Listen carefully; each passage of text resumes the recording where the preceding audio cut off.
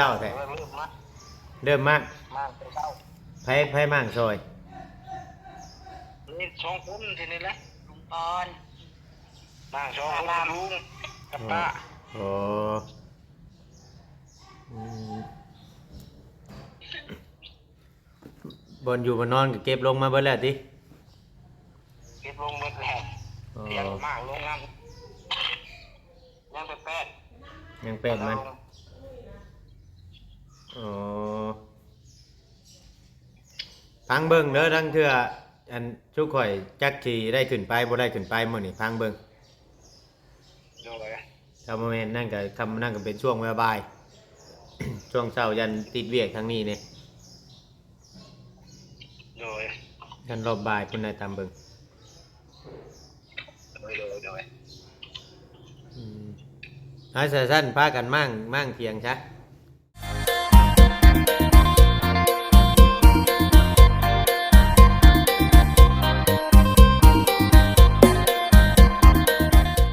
ทักทายสบายดีพ่อแม่พี่น้อง FC กันเบิดทุกคนถึงเนาะเบิดสมองสบอนว่าจะเป็นพี่น้องทางฝั่งลาวอะไรก็ทางฝั่งไทยเนาะเห็นเนาะแม่ FC ที่เขามาให้กำลังใจแม่ FC ที่เข้ามากดไลค์กดแชร์เนาะเบิ่งคลิปเบิ่งโฆษณาฝากติดตามต่อเด้อพี่น้องเนาะในเรื่องราวของช่อง YouTube ของวาเวียงเนาะคุณตาคุณยายแล้วก็พ่อของไอ้หมุดเนาะพ่อเฒ่าของตาจอยนี่พี่น้องเนาะเรื่องราวของเพิ่นว่าเฮาสิได้ไปสร้างเรือนสร้างชานให้เพิ่นอยู่หั่นทางมันอยู่วันเช้าถ้าว่าพ่อแม่พี่น้องเข้ามาติดตามแล้วก็กดไลค์กดแชร์ให้วาเวียงเด้อพี่น้องเนาะแต่ว่ามื้อนี้เนาะพี่น้องเนาะทางพ่อจอยเพิ่นได้แชทมาบอกมีหยังมาบอกว่าเพิ่นจะได้เพิ่นมั่งเทียงลงแล้วตอนนี้นะพี่น้องเพิ่นมั่งบอลอยู่ลงแล้วบ่เวียงก็เลยให้คลิปน้อยเพียงเนาะน้อยนึงพี่น้องกันเนาะบ่อยากอันนั้นคุยโดนเนาะพี่น้องจังน้อย FCC ว่าให้พี่น้องกันเนาะจังใดก็เบิ่งชมนํกันพี่น้องกันเนาะ FC บางคนก็ว่านู่นนั่นนี่แต่ว่าเราก็คือสิมีความหวังจากทีมงานหั่นแหละพี่น้องเนาะบางเทื่อไล่แนวมุ้งแนวหยังบางเทื่อว่าไล่ตะปอกตะปูเราคือสิมีความหวังเพราะว่าส่วนไม้นี่เรามีแล้วนะพี่น้องส่วนไม้เรามีแล้วก็ส่วนนั้นเราขาดแค่ตะปูกับมัน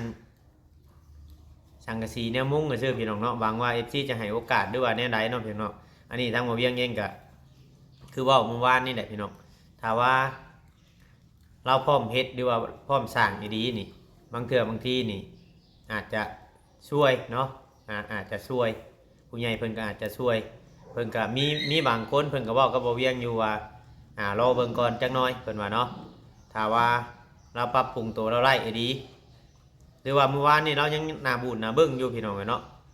คือ FC เห็นนี่แหละบางคนก็ว่าเราบ่พอใจนำพอที่พอจะได้บ้านในเฮือนจังซั่นจังซี่เนาะพี่น้องอันนี้ก็แล้วแต่เนาะพี่น้องแลกเปลี่ยนความคิดความเห็นกันพี่น้องเอ้ยจังไดก็เบิ่งชมเนาะ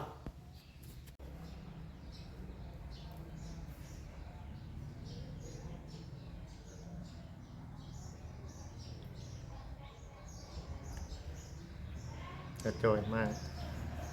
เทียงฮัลโหลมั่งเทียงบ่มั่งแล้วฮะมากแล้วมั่งแต่เช้าแต่เริ่มมากแต่เช้าไพ่มั่งซอยนี่ช่องคุ้มทีนี้แหละลุงปอน นั่งช่องคุ้มลุงกับป้าโอ้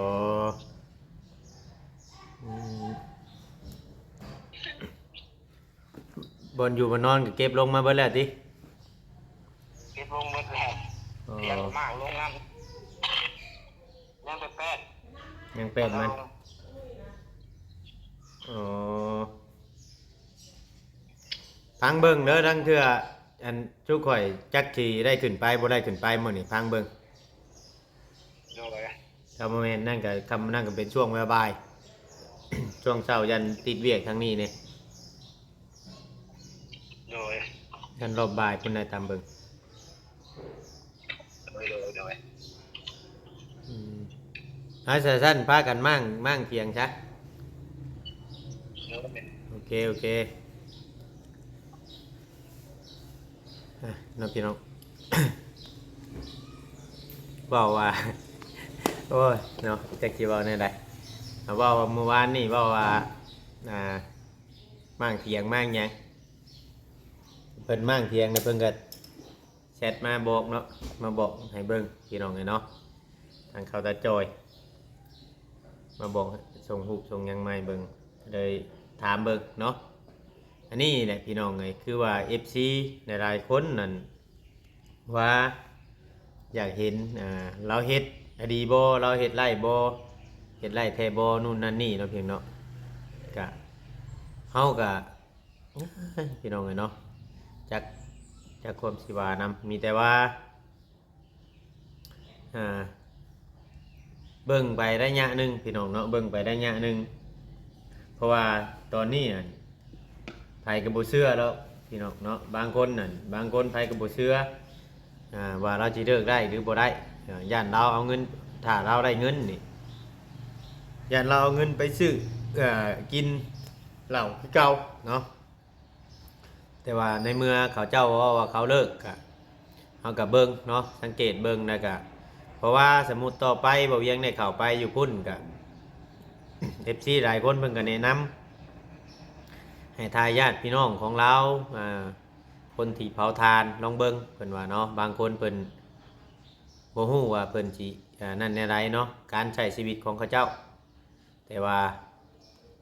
หลักๆแล้วถ้าว่าผู้รักผู้ใหญ่เพิ่นมอบงานเนาะให้เฮาเฮ็ดแล้วเฮาก็สิได้เข้าไปหั่นเรื่อยคู่มือนั่นแหละพี่น้องเนาะ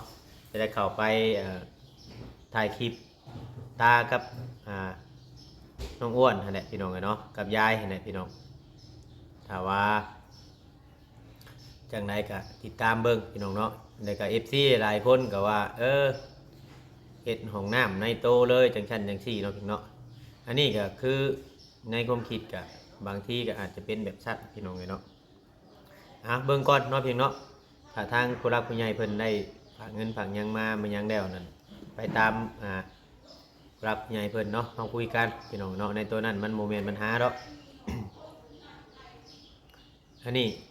คือว่าในเรื่องของเงินตาจอยเนาะพี่เนาะเขาเจ้าบ่อยากไปทำงานหม้องอื่นเขาเจ้าอยากสู่ชีวิตอยู่บ้านนั่น เขาเจ้าอยากเฮ็ดทานเห็นหยังอยู่บ้านนั่นเนาะอย่างเมื่อสู่ชีวิตอยู่หันเมื่อยไปแล้วหม้องอื่นกับเพิ่นว่าเนาะเมื่อยไปแล้วก็เลยอยากเฮ็ดลองเบิ่งอยู่นี้อยู่บ้านอยู่เพื่อนอยู่กับเมียลองเบิ่งสักตั้งหนึงเนาะเฮาก็ตามใจเพิ่นเนาะพี่เนาะเฮาสิบังคับให้เพิ่นไปหม้องนั่นหม้องนี้บ่ได้เพราะว่าหนึ่งมาก็เฮาเป็นยูทูบเบอร์เนาะก็เป็นสายข่าวผู้หนึงก็บ่บังคับแล้วก็บ่มีสิทธิ์ที่จะอันนั้นมีแต่ว่าเฮามีหน้าที่ทำข่าวนั่นไปส่วนแนวใดมันถูกเฮาก็แนะนำแนวใดมันดีมันงามเนาะพี่เนาะแนะนำให้แต่โตเพิ่นสิรับ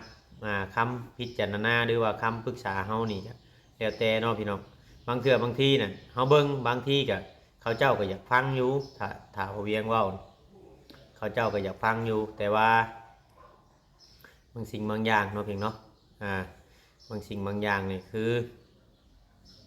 ขึ้นอยู่กับ FC หรือว่าผู้ใหญ่เพิ่นพิจารณาเบิ่งตอนนั้นน่ะเพิ่นให้โอกาสแล้วเนาะ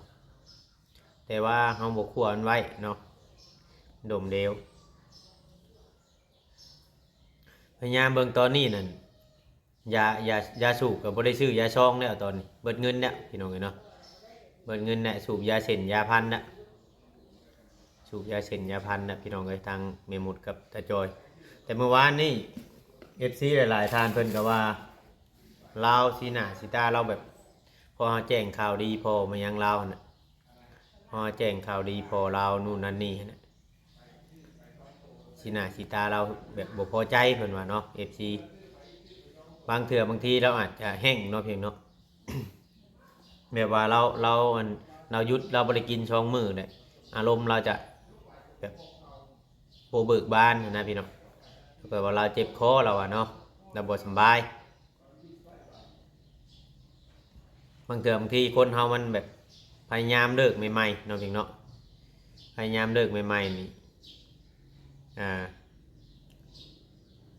มันอาจจะเฮ็ดให้ดิฉันก็ว่าความหงุดหงิดเนาะความหงุดหงิดแบบ เข้ามาสู่โตนะพี่น้องเข้ามาแบบเฮ็ดให้เฮาหงุดหงิดแบบเฮาบ่ได้กินแบบมันคิดสมองแบบมันบ่โล่งเว้าง่ายๆซะเว้าง่ายๆอยากคล้ายๆคือเฮากินกาแฟนี่แหละพี่น้องเนาะคือทางบ่เวียงนี่กินกาแฟเนาะพี่น้องเนาะกินกาแฟกูมื้อแต่สมมุติว่ามื้อใดมื้อหนึ่งบ่ได้กินนี่มันจะเจ็บหัวมันสิเจ็บหัวตุบๆนะพี่น้องมันสิเตาะในหัวตุบๆอยู่นะแต่พังเบิ่งมื้อนี้พี่น้องถ้าว่าเฮาได้ขึ้นไปเฮาก็สิอัปเดตให้เบิ่งคือเก่านั่นแหละอัปเดตให้เบิ่งคือว่าเวียกงานถ้าว่าเฮามีเวียกอยู่ทางนั้นแล้วก็ถ้าทีมงานบ่ขึ้นไปก็บ่เวียงผู้เดียวก็ขึ้นไปถ่ายเนาะมันก็บ่ได้ชนกันถ้าว่าทีมงานขึ้นไปสมมุติว่าเฮาสิแยกถ่ายคนละเทื่อนี่บางเทื่อบางทีนี่ยันประตูเพิ่นเมื่อยพี่น้องเนาะเฮาก็เลยจำเป็นต้องถ่ายพร้อมกันเนาะพี่น้องเนาะถ้าว่าบ่มักบ่ถือบ่ต้องก็ต้องกลับขอโทษขออภัยนำ เนาะขี่รถจักรขึ้นไปเนาะพี่น้องเนาะ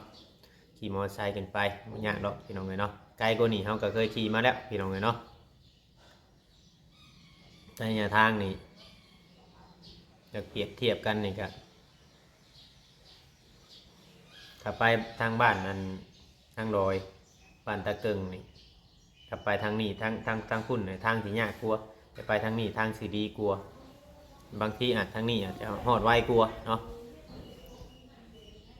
แต่ก็มีแต่ว่า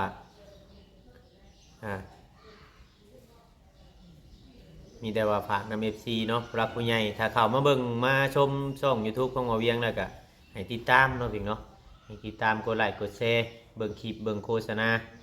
ทุกคลิปพี่น้องเนาะเป็นกำลังใจให้ในการเฮ็ดบ้านเฮ็ดเรือนหรือว่าจะสร้างบ้านสร้างเรือนให้พ่อตู้โสมเพิ่นนี้เนาะพี่เนาะพ่อของยายหมดพ่อของน้องอ้วนนี้พี่น้องอยู่นี่แหละพี่น้องเอ้ยการที่ช่วยเหลือคนน่ะถ้าเฮาซอยมาแบบนี้นี่เฮาสิบ่มีเรื่องปวดหัวเลยถ้าเฮาซอยคนแบบนี้นะเฮาสิบ่มีเรื่องปวดหัวถ้าเฮาซอยคนที่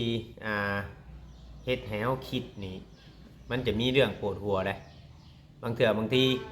FC เดี๋ยวนี้น่ะเพิ่นว่าถ้าว่าจะตัดสินใจเฮ็ดกระต๊อบเฮ็ดนู่นเฮ็ดนี่ให้ทางพ่อจ้อยแล้วก็ทางแม่มุดนี่พอเฮ็ดกระต๊อบแล้วแต่ย่านเขาบ่อยู่เพราะว่าย่านเขาไปตลอดเพิ่นว่าเนาะย่านเขาเป็นคนเร่ร่อนแบบบ่ค่อยอยู่กับที่กับทางหันนะพี่น้องย่านไปได้เลยแบบไปแบบบ่ค่อยอันนั้นหันนะถ้าว่าไปแบบอยู่เฮ็ดให้คือผู้รักผู้ใหญ่เพิ่นได้ซื้อดินซื้อดอนให้จังซั่นจังซี่คืออยู่บ้านดงมะเงียวนี่สุดท้ายแล้วเขาเจ้าก็ขายนะย่านมันเป็นแบบชัดยันประวัติศาสตร์300เนาะแต่ก็เบิ่งไปพี่น้องเอ้ยเบิ่งไปสภาพเป็นกำลังใจให้เนาะเป็นกำลังใจให้เบิดทุกผู้ทุกคนอันนี้ก็เพิ่นก็คือสิมีความหวัง คือสิมีความหวังจากทีมงานเนาะจากยูทูบเบอร์หลายๆคนนะก็หวังว่าจะช่วยเพิ่นนั่นแหละพี่น้องเนาะคือทางเฮาได้บอกกับทีมงานเมื่อวานนี้เนาะพี่น้องคุยกันถ้าว่าบ่มีไอดีถ้าว่าสิอยู่อีดีเนาะพี่น้องเนาะถ้าว่าบ่มีไอดีถ้าว่าสิอยู่อีดีนะทีมงานน่ะสิช่วยกันเนาะชื่อตะปูให้แล้วก็ชื่อแนวมุงให้พอได้อยู่เนาะถ้าว่าบ่มีผู้ใหญ่เข้ามาซัพพอร์ตนะอันนี้ก็คือว่าเพิ่นขอโอกาสเดี๋ยวมื้อนี้เราก็แล้วดื้อเถียงนั้นลงแล้วก็สิมั่งเดี๋ยวสิปลูกกระต๊อบเนาะปลูกกระต๊อบขึ้นเดี๋ยวจังใดก็พิจารณาเบิ่งเนาะเพียงเนาะคือว่าต่อไปนี้ถ้าผู้ใหญ่ส่งเงินส่งคำมาให้เกี่ยวกับทางเมมุดกับทางตาจอยนี่อาจจะเป็นสิ่งเป็นของบางเพราะว่าผู้ใหญ่เพิ่นมีบางคนเพิ่นเว้าว่าถ้าซื้อให้หรือว่าเป็นสิ่งเป็นของหรือว่าข้าวกินแบบนี้นะพี่น้องแต่เรานี่ต้องสู่ชีวิตต้องเฮ็ดเวียกโมเมนต์ว่าสิมานั่งแบบอยู่ละเพิ่นว่าเนาะต้องเฮ็ดเวียกให้เห็นแต่ซ้ำข้าวซ้ำน้ำนี่เพิ่นสิซื้อให้กินแต่เงินนี่เพิ่นบ่ให้เพิ่นเว้าแบบนี้แต่ตอนนี้น่ะเพิ่นยังเบิ่งอยู่แต่เพิ่นจับตาเบิ่งอยู่พี่น้องเนาะเพิ่นจับตาเบิ่งอยู่แล้วก็ เรื่องเงินคำเนาะพี่น้องเนาะมันก็ขึ้นอยู่กับทางผู้รักผู้ใหญ่แต่ว่าเราขอโอกาสนี่ถ้าเราขอโอกาสจากบ่าวเวียงหรือว่าบ่ขอโอกาสจาก FC หรือว่าผู้ใหญ่นี่ก็ พิ่นก็สิบ่ให้อภัยเนาะแต่ว่าคนเว้าบ่เป็นพี่น้องเอ้ยเนาะ คือตาจ้อยนี่ก็เว้าบ่เป็นอะดิสุดแฮงสุดคำบ่เรืออดอะดีนี่แม่นบ่เว้าหยังตาจ้อยนี่ทายซ้ำทายไม้ต่อไม้พี่น้องเอ้ยเนาะนี่บ่เวียงก็สิพอเว้าซะดอกเฮ้ยเรื่องคืออันทางประตูแล้วเว้าเรื่องอันเรื่องฮีเรื่องคลองน่ะมันก็มีจริงเนาะมีจริงฮีบ้านคลองเมืองทุกบ้านมันก็ต้องมีแต่ว่าเขาก็ให้เวลาอยู่ดอกพี่น้องเอ้ยเนาะแต่ว่าต้องหาไร่บ่ได้ว่าไปเร่งรีบแต่คำเว้าของผู้เฒ่าเพิ่นเว้าอันนี้ก็คือคำสอนเนาะคำเว้าคือคำสอนเพิ่นอยากให้เฮาเฮ็ดเพิ่นอยากให้เฮาสร้างพี่น้องเอ้ยเนาะเพิ่นอยากให้เฮาเฮ็ดให้เฮาสร้างแล้วก็อยากให้เฮาอยู่เหมือนครอบครัวอื่นเนาะโดยที่ว่าบ่ไปทำงานอยู่บางอื่นน่ะถ้าว่าเฮารู้เฮาก็อยู่ไร่แบบชาวบ้านทั่วไปพี่น้องเอ้ยเนาะบางคนนี่เพิ่นบ่ได้ไปทำงานเพิ่นบ่ได้ไปตัดอ้อยแต่ว่าเพิ่นมีแนวเฮ็ดเพิ่นอยู่บ้านเพิ่นมีแนวเฮ็ดเพิ่นฮู้จักสร้างเพิ่นฮู้จักหาเฮ็ดหาเวียกเฮ็ดงานทำเนาะพี่เนาะมันก็เลยอยู่รอดอันนี้2ปากว่าได้สิอยู่บ่ได้สองคนเนาะตาจ้อยกับแม่มดนี่2คนสิหาเลี้ยงตัวเองบ่กุ้มนี่2คนมันสิหาเลี้ยงตัวเองบ่กุ้มมันก็เป็นไปบ่ได้เนาะพี่เนาะจังใดก็ฝากเป็นกำลังใจให้พี่น้องเนาะเป็นกำลังใจให้เพิ่นอัปเดตไปเบิ่งถ่ายไปเบิ่งเนาะพี่เนาะชีวิตเพิ่นว่ามันสิดีขึ้นบ่ว่าสิฟื้นฟูบ่แต่เราว่าปีหนึงที่ว่าบ่ได้กินเหล้ามาปีหนึงอันนี้บ่เวียงยังบ่เชื่อเนาะบ่เวียงยังบ่เชื่อแล้วก็ FC หรือว่าผู้ใหญ่เพิ่นนี่ก็ยังบ่เชื่อพี่น้องเอ้ยเนาะถ้าว่าปีหนึงนี่อยู่กับตาจ้อยนี่บ่ได้กินเหล้าเลยจักดีนี่บ่เชื่อพี่น้องเอ้ยเพราะว่าตอนนั้นน่ะมันมีคำเว้าของน้องตุ๊กออกมาอยู่เนาะว่าบ่มักแม่นี่บ่มักเอ้ยมุดนี่ยามเราเมาเนาะยามเราเมาแต่ยามเรากินเหล้าแต่ก็มี FC เข้าไปคอมเมนต์ในเข้าไปล่าเนาะว่าน้องตุ๊กนี่ปากบ่ดีเว้าให้ร้ายเว้าใส่ร้ายเมียมุดนู่นนั่นนี่เนาะเพียงเนาะเว้าใส่เมเดียงแนวนั้นนั่นนี่บ่มักเมเดียงบ่อยากให้เมเดียงอยู่เฮือนบ่มักเมเดียงยามกินเหล้าอันนี้บางเทื่อบางทีเขาอาจจะเห็นแต่ว่าทางพ่อจอยนี่เราเว้าบ่เบิดเรามักเมียเราแฮงเนี่ยเราบ่ยอมเปิดเผยพี่น้องเอ้ยเนาะเราบ่ยอมเปิดเผย แต่ก็มีแต่ว่าให้ FC นี่พิจารณาเบิ่งว่าเห็นควรบ่นู่นนั่นนี่เนาะพี่เนาะเห็นควรบ่แต่ว่าสิว่าแนวใดเนาะพี่เนาะผู้รักผู้ใหญ่คือเฮาเว้ากันนั่นแหละพี่น้องเอ้ยเนาะในเมื่อถ้าเฮ็ดเดี๋ยวก็ต้องสร้างเฮ็ดปลุกสร้างเนาะสร้างลูกปลุกสร้างขึ้นให้คือกับครอบครัวอื่นเนาะบางคนเพิ่นก็บ่ได้ไปหาเงินทางใดเพิ่นก็อยู่ได้พี่น้องเอ้ยบ่เวียงก็แค่เพิ่นโทรมาหาเพิ่นแชทมาบอกว่าเพิ่นมั่งเถียงบ่เวียงก็ได้เฮ็ดคลิปให้พ่อแม่พี่น้องแลกเปลี่ยนความคิดความเห็นการคลิปนี้ก็สิประมาณนี้แหละพี่น้องถ้าว่าได้ไปฮอดไปถึงมื้อนี้ก็สิได้เบิ่งคลิปต่อไปพี่น้องสำหรับคลิปนี้ก็ขอกล่าวคำว่าสบายดีพ่อแม่พี่น้อง FC พี่น้องเนาะ